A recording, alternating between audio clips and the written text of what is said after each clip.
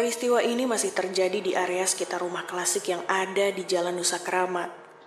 Kali ini, seorang tukang mie ayam harus berurusan dengan sesosok perempuan bergaun putih di depan rumah klasik itu. Namanya Ratih. Dia adalah kakak perempuan Resa yang saat itu bekerja hingga malam di daerah Jakarta Selatan. Malam itu, seperti biasa Ratih pulang dengan mengendari sepeda motornya tanpa ada kejadian aneh yang dialaminya. Hingga akhirnya ia terhenti saat sampai di depan gang dekat rumahnya. Tepatnya di tukang mie ayam yang biasa mangkal.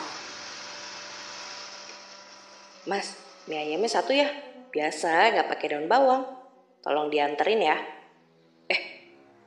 Kok masnya beda? Yang biasa kemana? Mas Jokonya lagi sakit, Mbak. Jadi hari ini saya gantiin dulu. Sayang soalnya, Mbak, kalau harus tutup. Ya udah, tapi masnya bisa antar mie ayamnya kan? Bisa, Mbak, bisa. Nanti saya antar. Tapi tunggu yang ini selesai dulu ya, Mbak. Ya nggak apa-apa, tapi tahu nggak rumahnya? Rumahnya Mbak yang mana ya, Mbak? Itu tuh rumahnya yang ada di belakang rumah tua itu. Hah? Rumah tua? Iya mas, nggak jauh kok. Mas Joko juga udah biasa nganterin. Oke deh Mbak, kalau gitu nanti saya anter ya. Makasih ya mas. Sama-sama Mbak. Ratih pun melaju sepeda motornya menuju ke rumah. Saat Ratih sampai di rumah, ia melihat Resa sedang duduk di teras rumah sambil bermain game di handphonenya. Sa, lu nggak kemana-mana kan?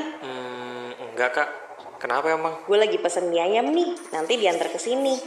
Cuman yang jualan lagi bukan Mas Joko. Gue takutnya yang gantiin Mas Joko ini bingung nganterinnya.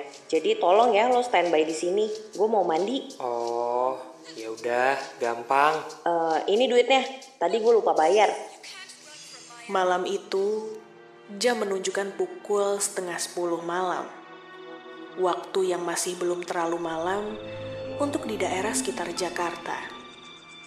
Namun karena area di sekitar rumah Resa cukup sepi, terutama di dekat rumah klasik itu, maka aura negatif sering kali bermunculan, walau kondisinya belum terlalu malam. Sony yang sedari tadi masih melayani pembeli lain, akhirnya menyiapkan pesanan Ratih.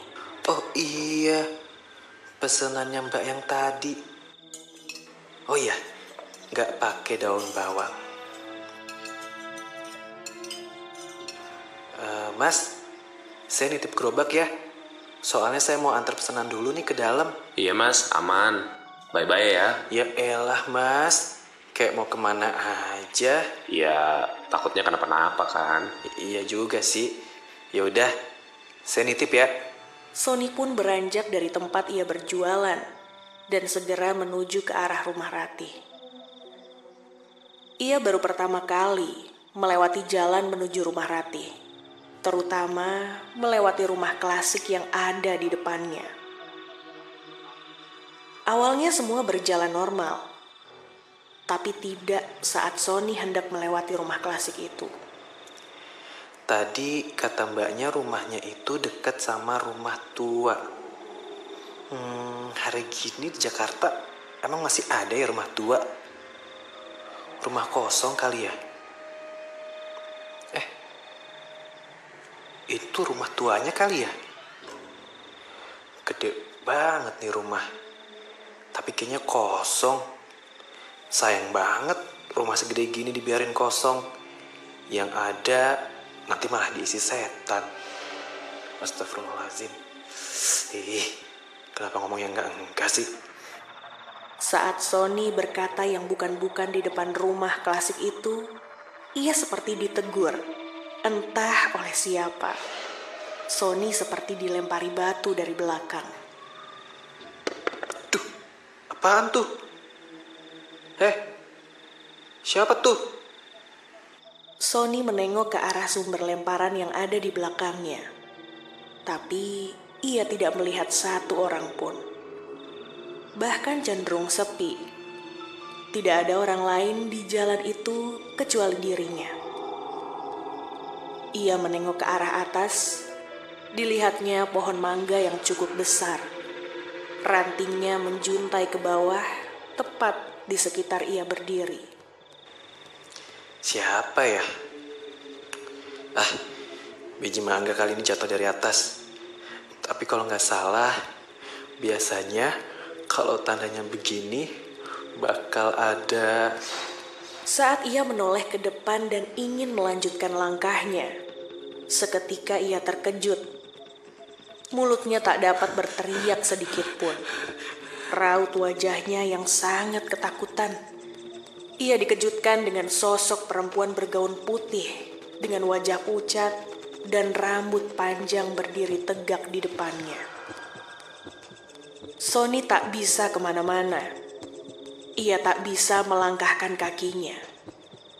Kakinya seperti ditahan. Ia tak dapat bergerak sedikit pun. Keringatnya mulai menetes. Jantungnya berdegup sangat cepat. Cukup lama, ia masih tak bisa melangkah maju. Ia dihadang oleh perempuan itu. Saat Sony ingin mengucapkan sesuatu, perempuan itu tiba-tiba mengangkat tangan, lalu mengambil nampan berisi mie ayam yang ada di genggaman Sony. Dengan tangan yang bergetar, Sony merelakan nampan itu diambil. Saat itu pula, Sony berbalik badan dan langsung lari secepat mungkin menuju gerobaknya.